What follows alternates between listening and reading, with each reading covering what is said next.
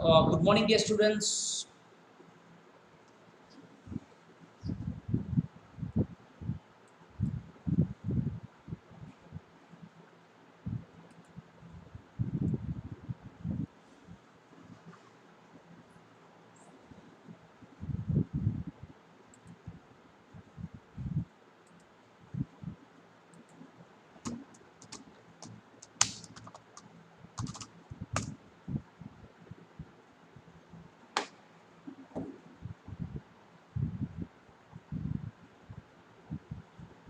Today we are going to study the lesson Amanda.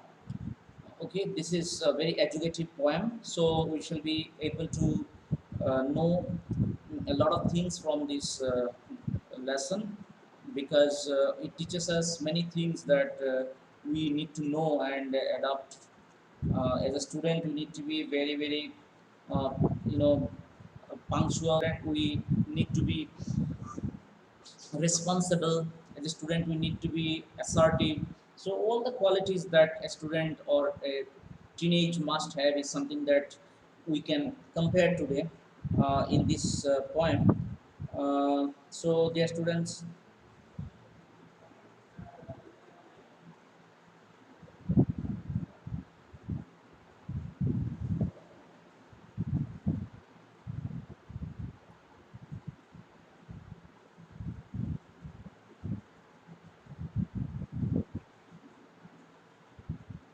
Amanda, as you can see, lesson architecture, short author biography, lesson synopsis, detailed explanation, literary devices, and then eventually recapitulation is something that we shall go through in this poem. It's very interesting poem, so you've got to be a bit attentive while I explaining so that you understand. Uh,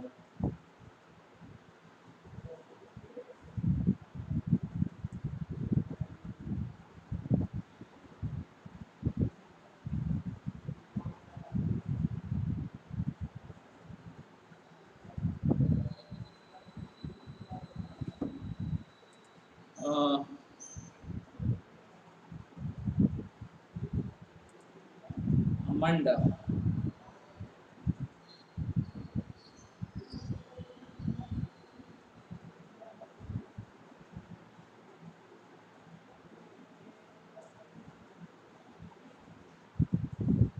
As you can see, the biography first. We'll start with biography.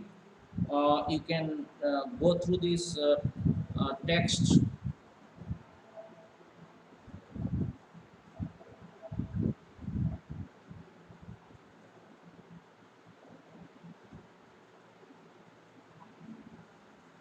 Good morning, dear students. Kindly confirm once if I'm audible to you or not. Please do confirm me once if I'm audible to you.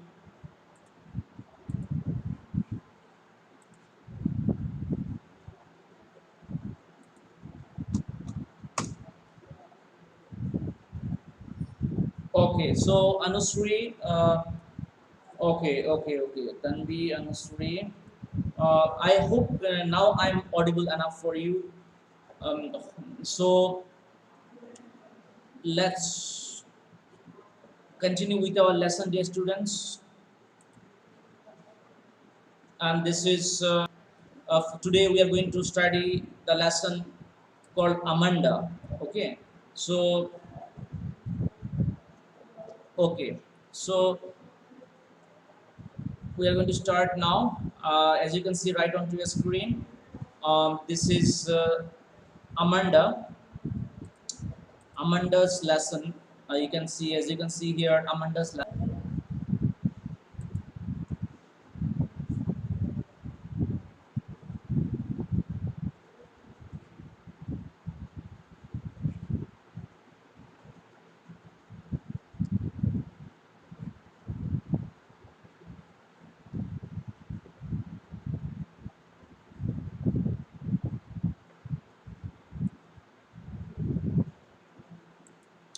Okay, so Robin McMaclean is an Australian author of books for children.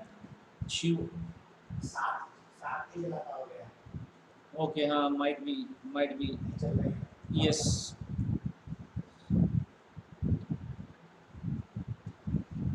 Can you hear me, dear students? Please confirm quickly. There's a network issue today, therefore the network, I mean the connectivity is getting disrupted time and again. So if you are able to hear me, please text me quickly so that I can continue with my lesson. Can you hear me, dear students, loud and clear?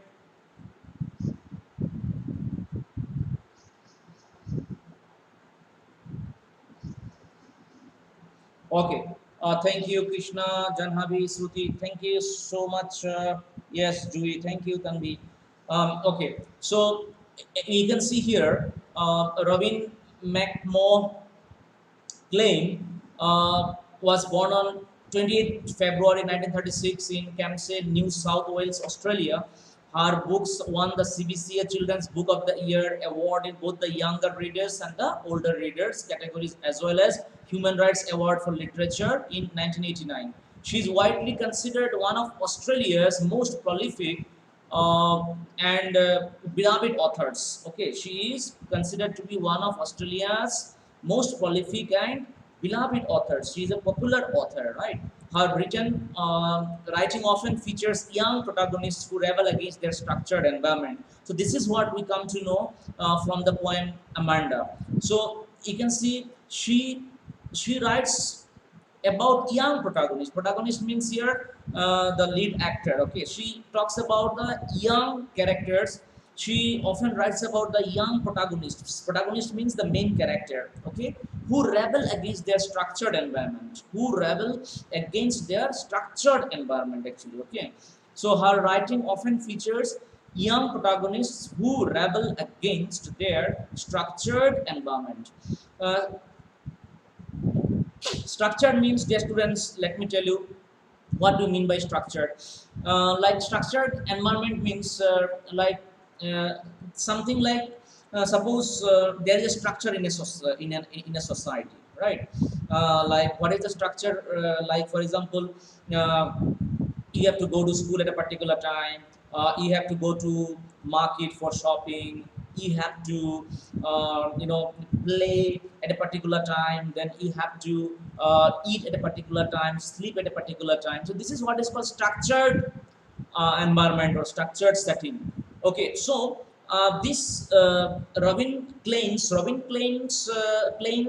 writes poems or stories about those protagonists who rebel, means who protest against their structured environment, right? And here in this poem also we get a young protagonist in the name of Amanda.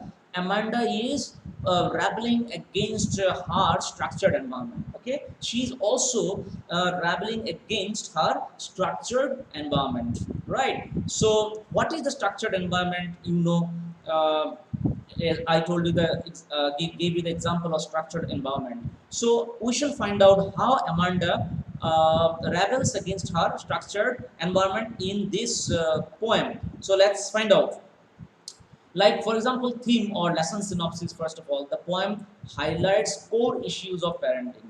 Okay, the poem highlights core issues of parenting. The poet suggests to us that we should do parenting in a non threatening and caring environment, right? Instead of, like, the poet suggests to us that we should do parenting in a non threatening and caring environment, right? Like, parenting should be done in a very friendly, child-centric manner. Okay, it should not be in a very strict environment. Okay, because children in that case might end up being frustrated or disappointed, right? That is why the poet in this poem suggests to us that we as parents, we should do parenting in a non-threatening and very caring environment, right?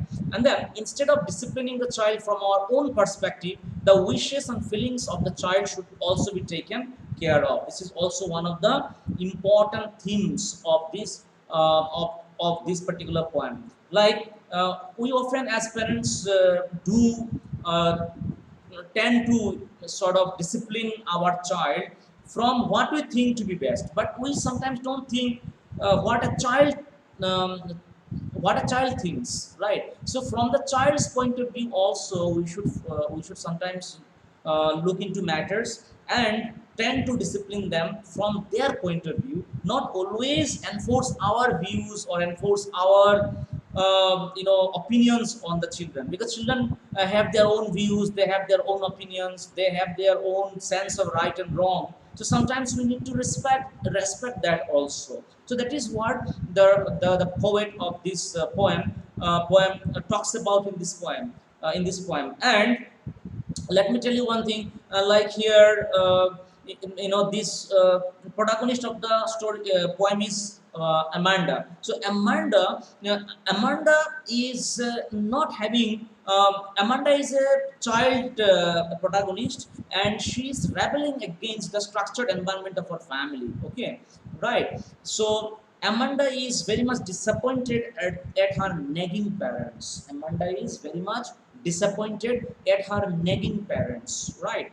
Nagging parents means complaining parents. Understood? That is why she rebels against their upbringing, their disciplined, their disciplined regime, we can say. So the writer tells us that in this poem we should discipline the child, not always from our own perspective, but from the perspective of the children also. We should take their wishes, their desire also in mind while we interact with them or while we deal with our students, okay, or our not only students, sorry, our kids, our own children, okay.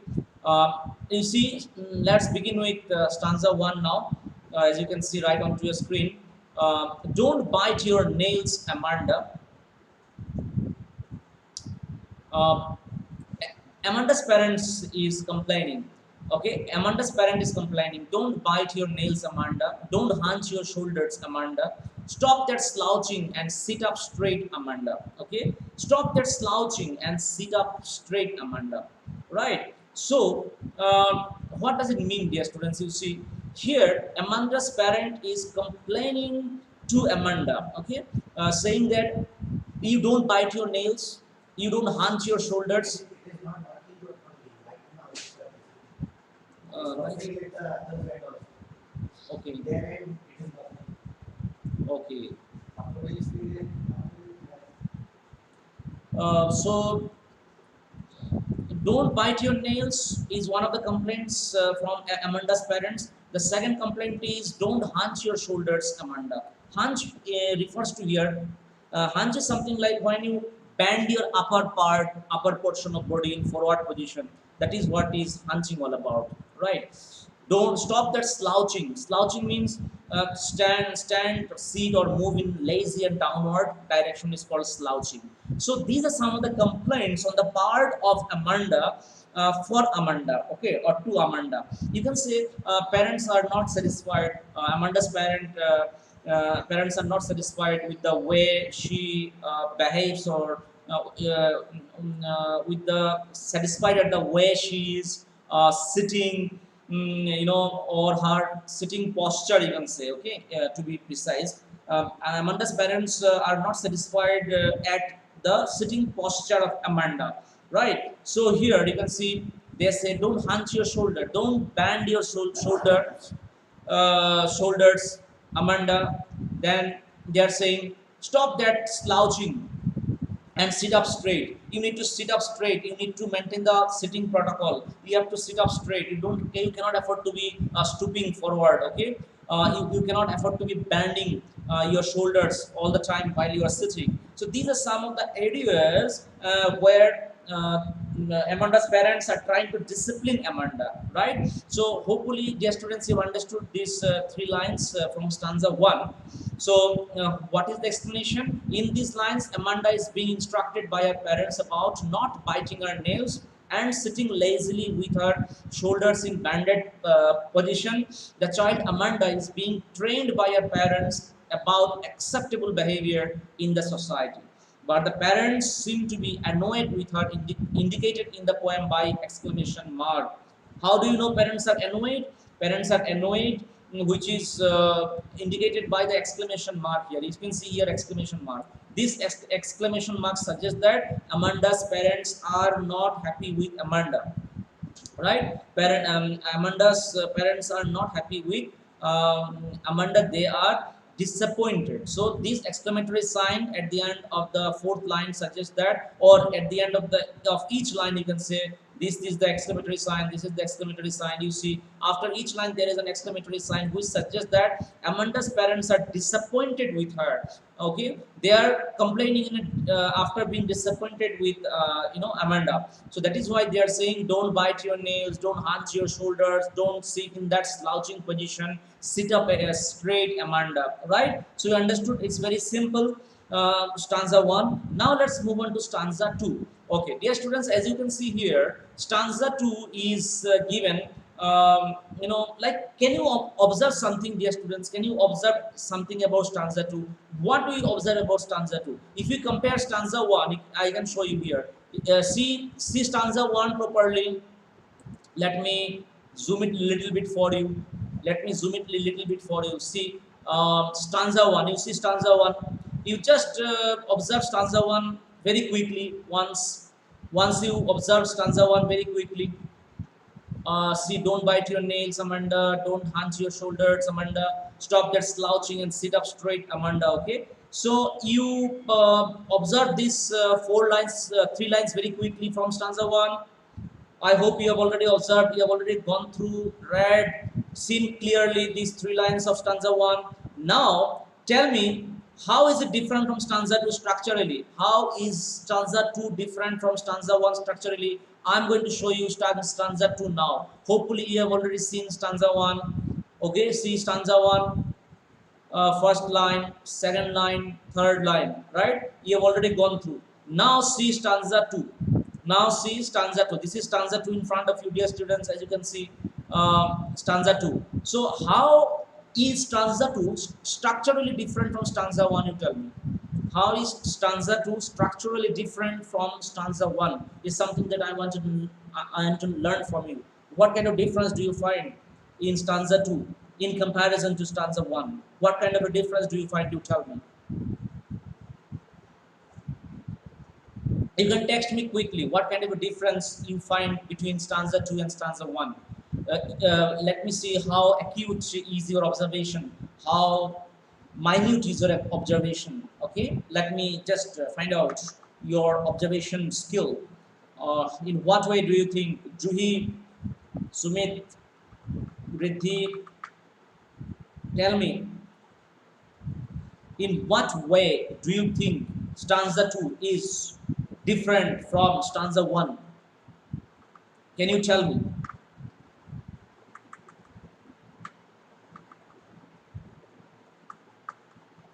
Say something. Do you find any difference? Just say yes or no. Do you find any difference between stanza 1 and stanza 2? Text me your opinion, yes or no.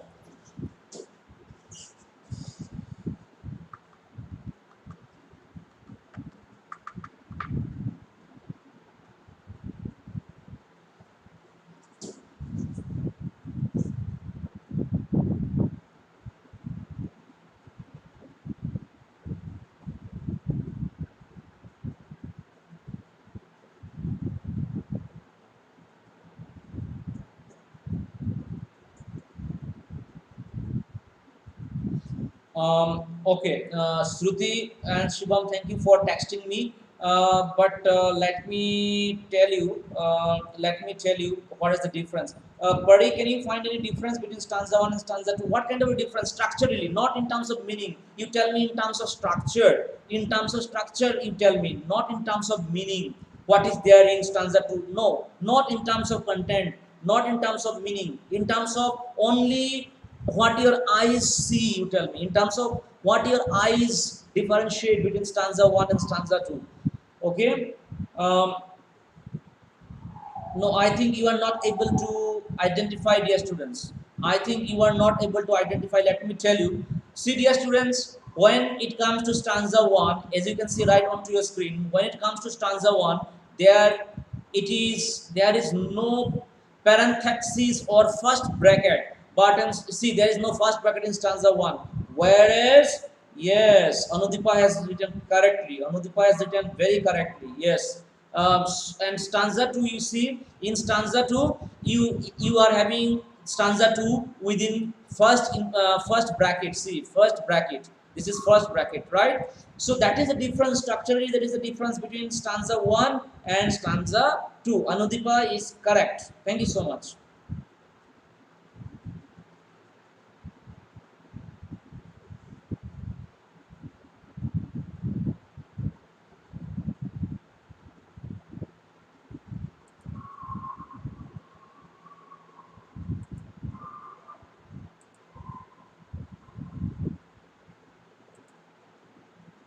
Okay, so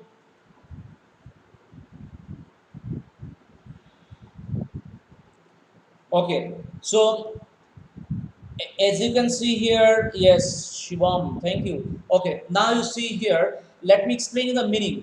Okay, Shivam, Anudipa, why do you think stanza 2 is inside the bracket? Now the second question that comes to our mind is, why do you think stanza 2 is kept within first bracket? Okay, what is the reason? What is the reason that stanza 2 is kept inside the bracket? First bracket. Why? Let me tell you, dear students. See, in stanza 1, we are familiar with we are able to see the communication of Amanda's parents to Amanda, right? Uh, in here we can find Amanda's parents' communication with Amanda. But in stanza 2, what we can see is, as you can see here, in stanza 2, we can see the mind of Amanda. It is, there is no parent here. Here you will not find Amanda's parent. In this stanza, you shall find Amanda speaking to herself. Amanda is lost in her own world of thinking. Understood? So, as there is no communication between Amanda and her parents, and stanza 2 deals with Amanda's inner mind. Okay, she's thinking, whatever she's thinking has been given by the poet in this stanza. Therefore, this stanza has been bracketed. Always remember, there might be one question also. Why do you think some stanzas are bracketed in the poem Amanda? So, you have to write in this manner. You will write key in stanza 2, stanza 4, stanza 6, what happens? Amanda is not having direct communication with parents. These stanzas highlight the inner working of or working mind of Amanda. That is why these paragraphs, these stanzas have been given in first bracket. That is how we have to write. Okay. Now, what is the meaning? What is Amanda thinking? We have to find out. Now, what is Amanda thinking? Let's find out. There is languid emerald sea, where the sole inhabitant is me, a mermaid drifting blissfully. Dear students, you see, Amanda is lost in the world of her own making now. Why? Because Amanda's home is not pleasant for her. As Amanda's home is not pleasant for her to live, therefore, Amanda is living in her home, but her mind is somewhere else, right? So Amanda has lost herself in the world of her own making in this stanza. So in this stanza, there is a languid immorality. Languid means without any force or interest. Okay, languid means without any force, means water is not moving. Okay, water is not moving like it's not very turbulent sea like Bay of Bengal. It's not very turbulent sea. Okay, it's very calm and quiet like Arabian Sea. Okay, so you can see here there is a languid immoral sea where the sole inhabitant is me. Sole inhabitant means where the only resident or only person is Amanda herself in this sea, a mermaid drifting blissfully. And Amanda imagines herself to be a mermaid here. Mermaid means an imaginary sea creature having a woman's head and body with a fish's tail. Okay, a woman's head and body, um, head and body with a fish's tail. Right. Only the head is a woman's and the body is of fish. So that is called mermaid. So Amanda considers herself or thinks herself, imagines herself to be a mermaid who is drifting. Drifting means who is moving slowly in the emerald sea, in the languid, silent sea, where she is the only inhabitant, where she is the only inhabitant, right? So let me explain you the paraphrase. Also, let me explain you the lines. Is it still buffering, dear students? Please text me quickly. Is it still buffering?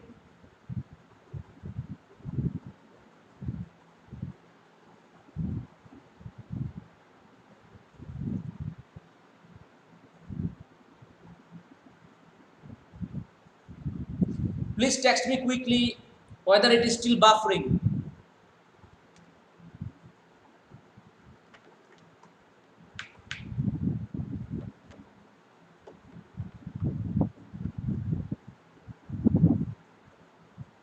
Okay, okay. Thank you, thank you, thank you. Okay, so dear students, you see here, this stanza is given with first bracket in order to indicate the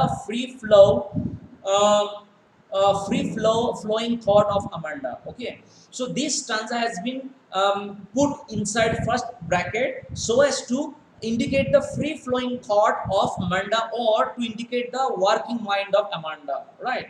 The child Amanda is thinking about a situation. The child Amanda is thinking about a situation where she is a joyful mermaid sailing alongside soft waves of a green sea in complete freedom. Okay, so Amanda imagines herself in a situation where she is a mermaid and she is drifting very joyfully along with the waves of a green sea, along with soft waves like Arabian Sea. Okay, along with soft waves of a green sea in complete freedom. There is no parental interference. There is no parental nagging. There is no parental complaint. She is in absolute freedom, and in the position of a, in the shape of a mermaid.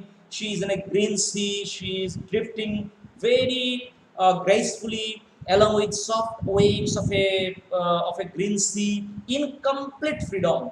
Okay, so this is what Amanda imagines herself in her thought.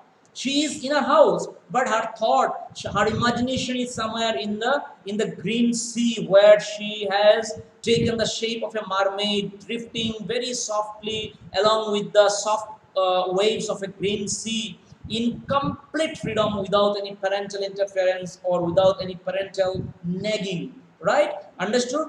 Amanda is wishing to have freedom, which is indicated by her thoughts. Okay, so from our thoughts, from our imagination, we can understand, dear students, we can understand from our imagination that Amanda desires to have a complete freedom. Amanda desires to have a complete freedom of her own, because she has become disappointed at the parental interference. Right? That is why she imagines herself in the shape of a mermaid, drifting very comfortably along with soft waves of green sea. Right? So this is all about, dear students, stanza 2. I hope you have understood stanza 2, dear students. And stanza 3 onwards, I shall teach you in my next class. Right? So dear students, hopefully you have understood. If you have any doubt from stanza 1 and stanza 2, please let me know right now, so that I can resolve your queries. I can resolve your doubt